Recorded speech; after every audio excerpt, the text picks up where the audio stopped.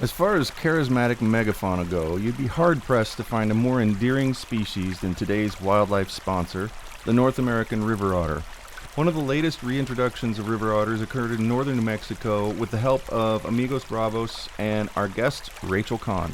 Watch the video in extra credit at rewilding.org/pod, episode 114, to see and hear river otters doing their thing and just try not to fall in love. Stay tuned to learn more about rewatering, re-ottering, and rewilding the headwaters of New Mexico in today's episode, sponsored by Biohabitats.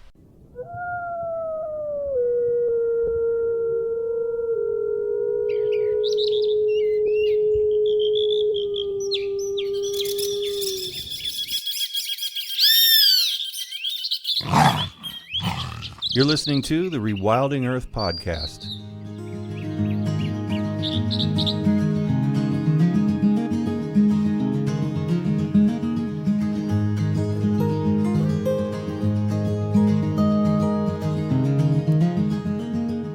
As Deputy Director of Amigos Bravos, Rachel Conn advocates for strong and environmentally just local, state, and federal water policy. She provides hands-on support in New Mexico to communities and groups working to protect their watersheds.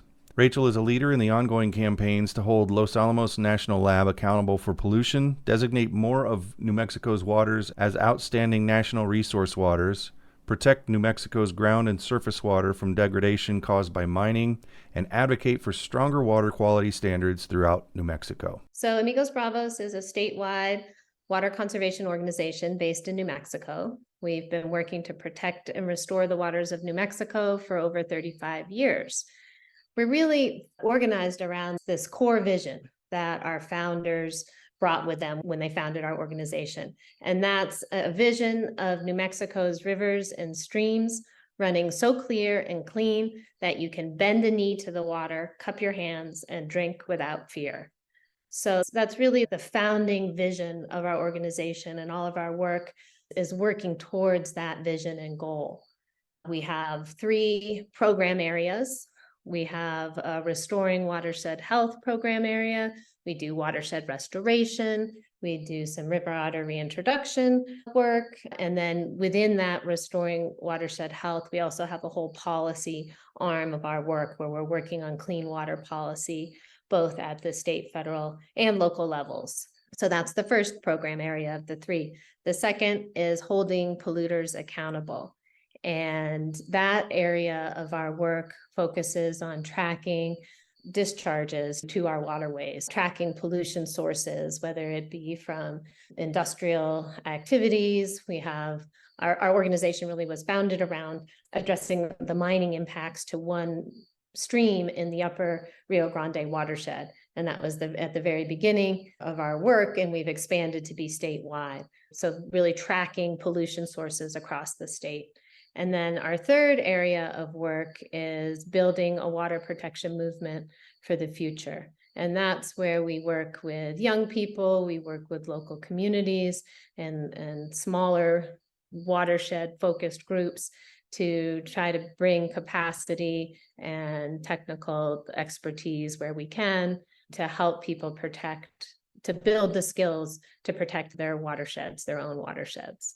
Do you know when the last time was a person in the lower 48 could bend the knee and drink directly out of a river or stream without fear? Yeah. It's funny, just yesterday, I was watching a movie with my kids, and this was based in Australia, but there was a scene where there were these 2 old farmers, and they're out on the range basically, and they come to a pond, and they reach down and they fill up a bottle, an empty bottle they have, and fill it with water and drink directly from it. And I was really surprised by my kids' reaction, because their reaction was like, "Oh my God, that's so gross. They're gonna be puking. They're gonna be so sick." And I think that says a lot about where we are in water quality these days in this country, and that my kids couldn't even imagine that being safe. Yeah, I do think that there are places where it is safe, but they're few and far between. And that's our goal, is to make more places safer for us to be able to drink and swim and recreate in our waterways. There was a time before where nobody worried about it and didn't have to. And then there was the time after, and we've all lived our entire lives in that world. And so it seems like maybe the baseline keeps moving when people can't remember a time in their area, if it's not one of those few places left that you can drink, that it ever was possible. And does that affect policy? And then also, does that affect conservation? Like how we conservationists try to deal with policy? Does it move the goalposts for us just because we don't have that experience in a lot of places? Yeah, I think you can think about it in a couple ways. That yes, I think it definitely influences policy. I do think that in a lot of places, we've actually have better water quality than we did, say, in the 70s. So in the 1970s, that's when the Clean Water Act was passed. And that's a basis of a lot of our policy work, is based in the Federal Clean Water Act and the tools that it provides to both states as well as citizens. There's citizen suit provisions in that law that help citizens advocate, and where appropriate, there can be citizen suit provisions. There can be lawsuits to advocate for clean water. The reason it was passed, and it was bipartisan, and it was signed by President Nixon. And so it really was Republicans and Democrats coming together in this kind of watershed, excuse the pun, piece of legislation. And that was because our waterways back then were literally on fire. So we had rivers that were so polluted with petrochemicals and all sorts of pollution that you would drop a match onto the surface of the water and it would catch on fire. And that's a big visual, and helped propel the passage of that federal legislation, which has really led to cleaning up a lot of waterways across the country. Unfortunately, those protections have now been drastically weakened by Supreme Court decisions. So we're now looking at, are we going to go back to a period of time where our waters are again on fire? And I hope not. And I hope that we can continue to make progress in cleaning up our waterways so that we can get back to a time where we can bend our knee and cup our hands and drink without fear. Tell me about your work in northern New Mexico. Let's start at your headwaters in the state and tell us about the work that's going on there. Great, yes. First, I'd actually like to talk a little bit about headwaters in general. I've done some thinking about what that means and the importance of headwaters, and even gone and looked up at the definition of what headwaters is in the dictionary. And it's the source of a stream, usually used in plural. And then I've gone and looked at the definition of source, and you find listed the definition as being a generative force, one that initiates, and a point of origin. And I love those words: generative force, point of origin, and one that initiates. I also like that the little note in there on headwaters it said the source of a stream, usually used in plural, because I think, as in most things important, rivers and communities they support are all about relationships. That's all about us as coming together in plural as communities. Headwaters are about many streams coming together to make a rich and vibrant whole. So thinking about our headwaters both as streams coming together, but also about people coming together to protect these headwaters. I also pulled out one of my favorite quotes about headwaters or going upstream from Mary Oliver, one of my favorite poets. And she talks about the power of headwaters in this quote. She says, "I walked all one spring day upstream, sometimes in the midst of ripples, sometimes along the shore. My heart opened and opened again. The water pushed against my effort, then its glassy permission to step ahead touched my ankles, the sense of going toward the source." And so I think that's a real powerful image, and it's a powerful way to bring people together to work to protect the very sources of these watersheds that flow down and connect us all. And you started your question with asking about the weekends or the volunteer work weekends. And I mentioned to you that we are coming off of a weekend where we had over 40 volunteers in the headwaters of the Upper Rio Grande working on one of our wetland jewels. And we've identified numerous wetland jewels across the state, and mostly in our headwaters. And they are systems of wetlands that in a discrete geographic area, so they're clusters of wetlands that serve high priority functions to help provide resilience in the face of climate change. They provide a critical both ecological role, but also a role to downstream communities. They provide stream flow maintenance, carbon sequestration, flood control, habitat for wildlife. They're also essential for forage for both livestock and wildlife. These headwater wetland systems, these wetland jewels, we call them, these high priority wetland systems, they're like sponges. They soak up spring runoff. So here in the Mountain West, a lot of our water source comes from the snowpack in the mountains. And then in the spring, it all rushes off. And if you don't have healthy wetlands in your headwaters, it's going to rush off all at once and then be gone downstream.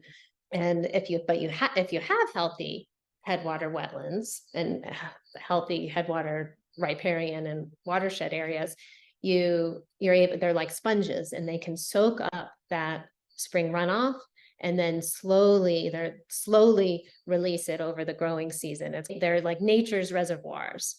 And what's happened is that a lot of these wetland systems have become degraded, and that impacts our wildlife, our ecological systems, and our downstream human communities that are dependent on flow in our rivers for agriculture, for drinking, for recreation.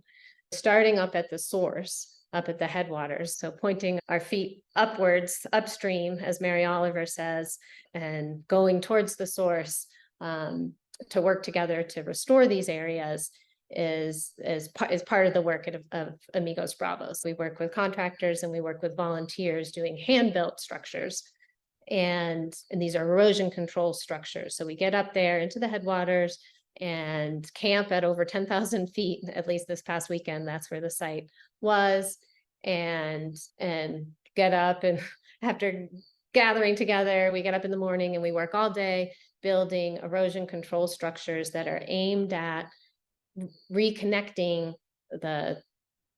what has become a channelized system, which is draining the wetlands. So we're working to build up the channel and reconnect the water to the floodplain, to re-wet those wetland systems, and to restore those wetland systems, to increase and restore their capacity, their sponge-like capacity to function in all the critical roles that wetlands provide in our watersheds. Yes, that's a big component of our work, is our wetland jewels program. We've identified them. We have story maps that can be found on our website, identifying wetland jewels in different areas of the state. Biohabitats is proud to sponsor this episode of the Rewilding Earth podcast during the UN Decade on Ecosystem Restoration. And always, Biohabitats applies the science of ecology to restore degraded ecosystems, conserve habitat, and regenerate the natural systems that sustain all life on Earth. Ecological restoration is positive action that you can take and support today. It's also incredibly rewarding and a lot of fun. Learn how you can get involved in the UN Decade on Ecosystem Restoration by exploring the links and extra credit at rewilding.org/pod. So you guys must be just buried under a mountain of cash from all of the grateful downstream users in New Mexico who benefit from your work. I wouldn't say that. But it is ironic that there's somebody up there just working their butts off to do the work that you do, and it benefits everyone downstream, and nobody, probably like a lot of people, don't even know that it's happening or how much of an effect that your work has on people downstream. I just think it's crazy that everybody's not writing you guys a check.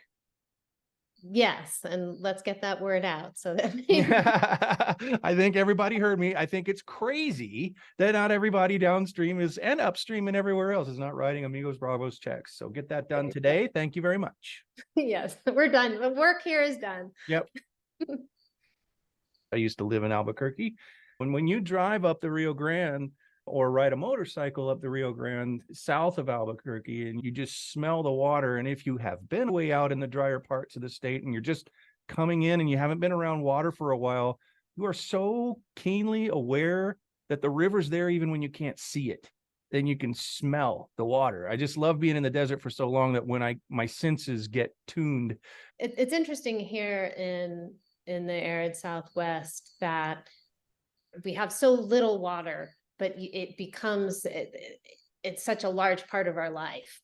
Yeah. Is the attention to of where water is and where it isn't. You look across the landscape in New Mexico and you can really see where the water is because they're green ribbons. You have the dry grasslands where a high desert ecosystem here, and then you have these little ribbons of green that connect the state that flow around the state. And those, so you have the little riparian corridors where the streams flow and with their associated wetlands. And it's such a large part of the consciousness of people who live in these communities in the arid Southwest is an awareness of water because of its scarcity, ironically.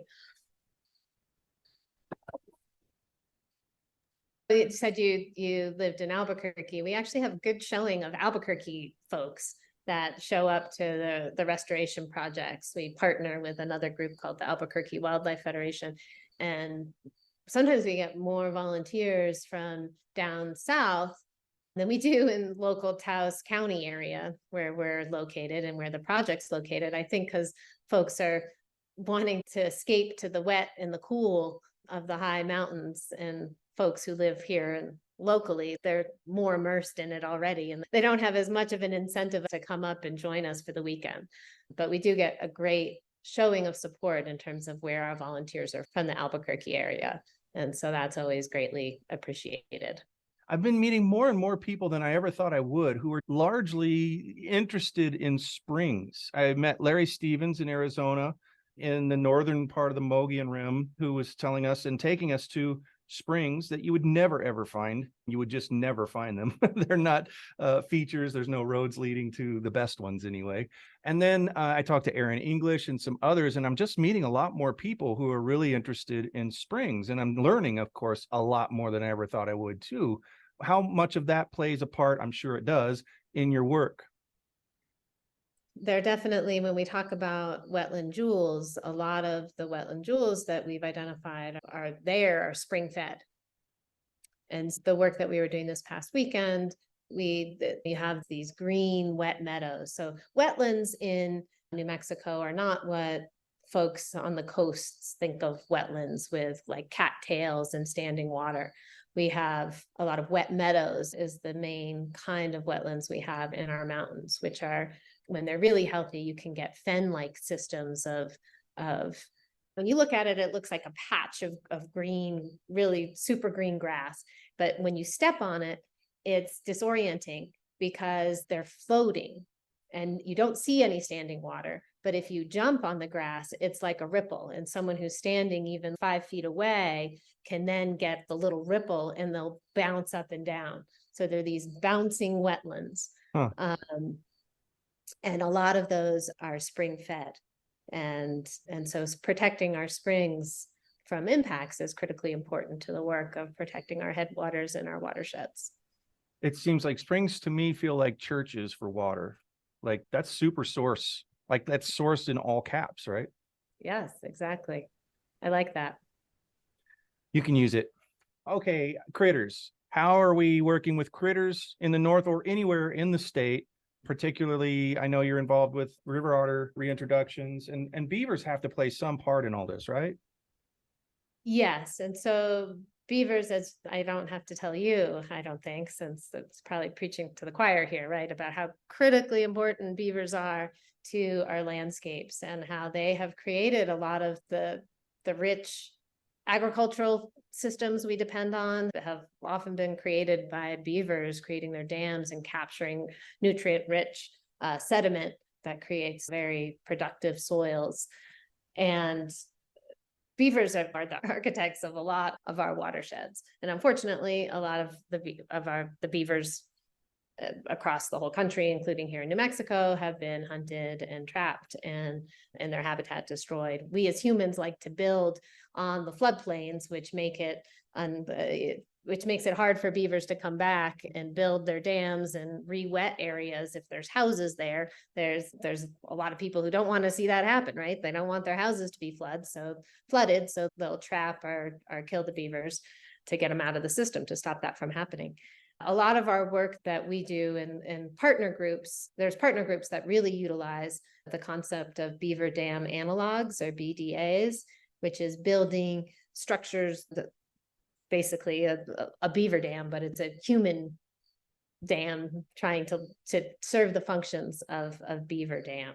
And we haven't engaged in that as much. We've focused more on using sod plugs and one rock dams, but it's a functional equivalent of slowing the water down, raising the water table, reconnecting the stream to the floodplain, and re-wetting wetlands. And so yes, beavers they're much better at restoring watersheds than we are. It's just, unfortunately, we've killed off many of our beavers, and then we've built environments so close to streams that it makes it hard to bring them back in many places.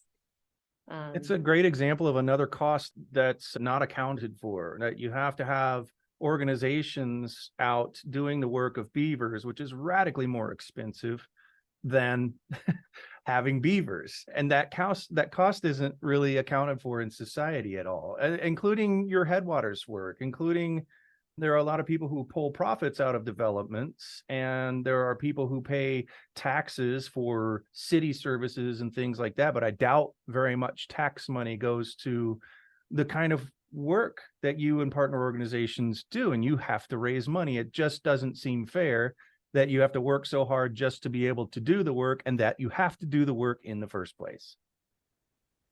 Yes, I mean it, and we don't do the work nearly as well as the beavers can do. And we don't even get a top quality beaver project. Yes. They're the ones who know how to do this stuff. Exactly. They're the experts. We're spending a lot of money and resources and not even doing it as well as they would do for free. What kinds of opportunities are there for river otters or beaver or both? Are there little pockets, jewels for reintroductions? You touched on river otters, and that is a program that we have had active reintroduction programs here at Amigos Bravos. So that was actually one of the first projects I worked on. The river otters are abundant in different places in the country, but here in New Mexico, since the 1950s, they were considered extirpated. And extirpated means locally extinct. So they were extinct in the state of New Mexico due to overtrapping and water quality issues. And so we worked with partners and teamed up with the Department of Game and Fish and Taos Pueblo and other NGO partners to restore river otters back to the state.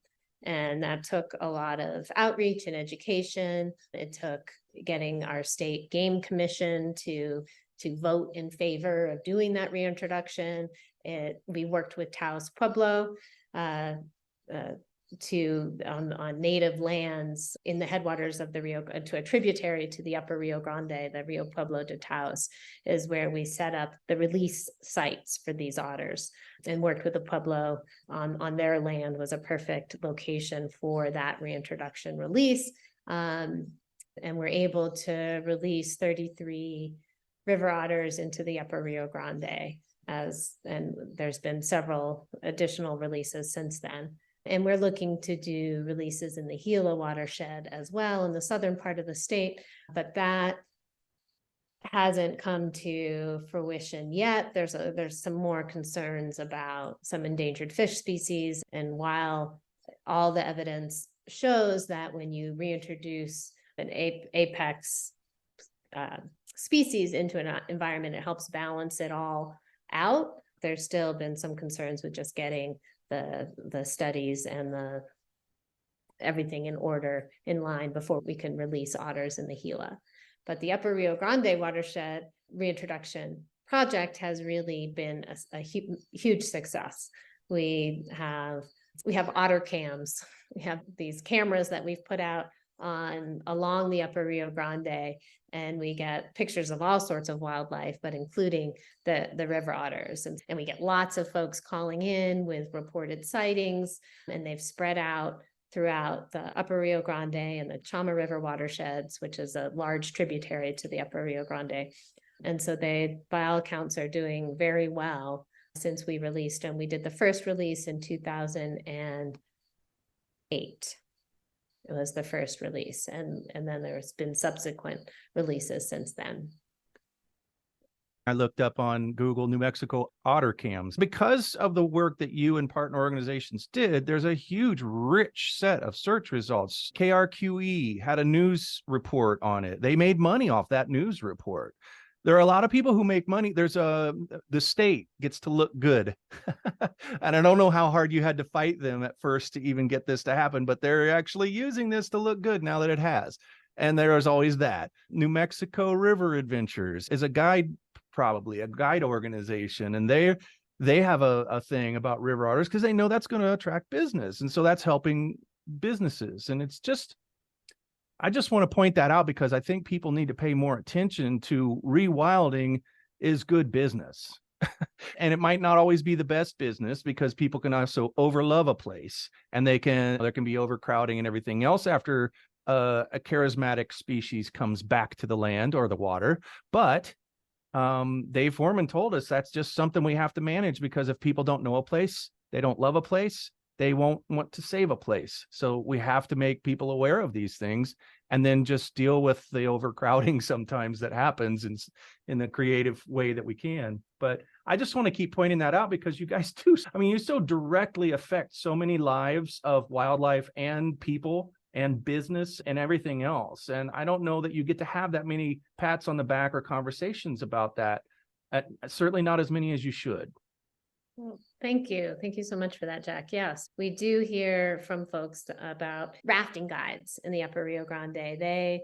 They talk to their clients about the opportunity to see river otters, and if they're lucky, they will, and maybe they'll get a better tip if they do. And so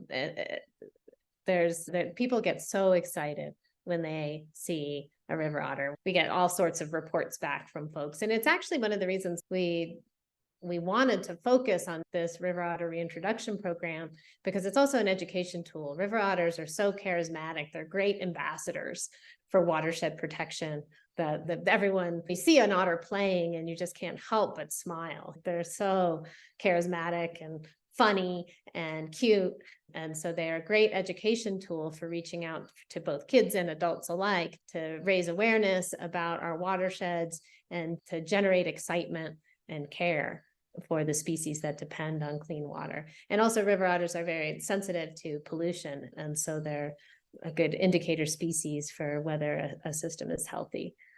We do have on when you said you looked up river otter cam, if you look up in river otter cam in New Mexico or river otter reintroduction in New Mexico, you should find our website. And we do have, there it is, a map of some of the sightings. And then there's some of the pictures of both river otters and bighorn sheep and all sorts of different critters that we have found in the upper Rio Grande. So there's lots of slideshows you can click through to see the different species that we've captured, not physically captured, but captured their image with these motion activated cameras we have along the river. The best way to capture them. Yes, and exactly. I don't know. I want to put this out there. I think the best scientific way of looking at river otters is charismatic mega slinkies. Yes, there you go. I'm going to put that out there. Maybe you can help me make that a thing, because I just really feel that's the best way. Everybody knows what you're talking about immediately, I think. Yes. Maybe that should be like a little toy that you make, an actual little otter slinky. What are you seeing now that you didn't see 23 years ago that has popped up and has given opportunities for people who really care about this stuff to actually make a living doing it or have a lot more volunteer opportunities doing it? Yeah, I think that there certainly is, with some of the federal funding dollars, really increased opportunities and capacity for restoration. So for on the ground restoration work here in New Mexico, we're often limited by, there's only a handful of contractors who do the work of some of the large scale river restoration projects and wetland restoration projects. And they're booked solid with their work. And so I think there's a real opportunity to develop more businesses and companies focused on providing those services, those restoration services, working with groups like Amigos Bravos and other. Trout Unlimited does a lot of this work here in the state. There's numerous groups that do on the ground restoration, but we're often limited by there aren't as many contractors to implement some of at least the larger scale work that you can't get done with just volunteer hand-built structures. So you I all think work there's some with exciting. Biohabitats too, right? Yes, we work with Biohabitats they've helped us. Some of our work all of our work isn't always up in the headwaters in the mountains. We also work on green infrastructure and making our built environments better and more sustainable in terms of the runoff that flows off of our built environments once it rains or when the snow melts, often picks up a lot of pollution. And there's ways that you can implement green strategies in your built environments, in our built environments in our cities and towns, to capture stormwater runoff and filter out the pollutants and recharge our aquifers and our watersheds. And so we've worked a lot with Biohabitats to identify some of those green infrastructure opportunities, both in terms of our towns and our communities, but also working with some of the larger polluters in the state to identify ways we can implement these green practices to capture polluted water before it impacts downstream communities, and use green infrastructure techniques to do so. You're not just stopping the pollution from reaching downstream, you're creating vibrant systems on site that provide their own functions and benefits to the ecosystem. I think that there's a lot of opportunities going into the future for green infrastructure and really our natural infrastructure, which encompasses both green infrastructure and kind of the work that I was talking about earlier with watershed restoration. That's increasing our natural infrastructure. It's helping restore the natural infrastructure in our watersheds. So I think there's a lot of exciting opportunities for that work and lots of opportunities for growth of a sector of business. I really love that example because we've been talking in isolation of where everybody works. And there's been a lot of urban and built environment stuff. And I'm like, where's this intersection going to happen? Because you also, just exactly how you just described it, you really all need to be working together, and you're providing evidence that is happening. And I think also that part is going to grow in the future, don't you? Yeah, and so we're working to try to make that so, with both doing it and working with partners on the ground, but also incorporating green infrastructure and natural infrastructure prioritization in some of our planning, our water planning documents, both at the local and state levels. So we recently here in New Mexico had a water task force that was put together by the governor's state engineer, put together this task force to identify ways we as a state can be more resilient with water going forward into the future. And one of the roles that we saw was to incorporate some of these concepts and prioritize green infrastructure and natural infrastructure as a way that we as a state can respond to the impacts of climate change and the impacts of humans on our watersheds, both through climate change, but also through land use and a lot of the erosion that hit. And we work with many partners across the state, including Biohabitats in that work. As you're talking, I'm looking at another example of it, and it's that daggone river otter page that you have on amigosbravos.org. And I think it's really amazing. It's one little green dot that was the release site, and then the evidence and sighting dots go so far from where the release took place. And I'm like, wow, that's so powerful. I picture the same kinds of things with beavers. But it says release sites, and there's only one dot on the map, and all the other dots are the dispersal. And it could be the same family in a bunch of cases, I'm sure, but it's just amazing when we're allowed to do what we know needs to be done, what can happen with so little effort when we just let nature have its way. Yeah, we hope to have more green dots on there at some point. I mentioned we're trying to make it happen in the Gila. So hopefully there'll be more green dots on that map at some point. But yes, it's amazing. It really is. Nature knows how to do it best, right? Like we were talking earlier about beavers. We're trying to do what, as humans, trying to recreate what beavers have done for millennium on the landscape.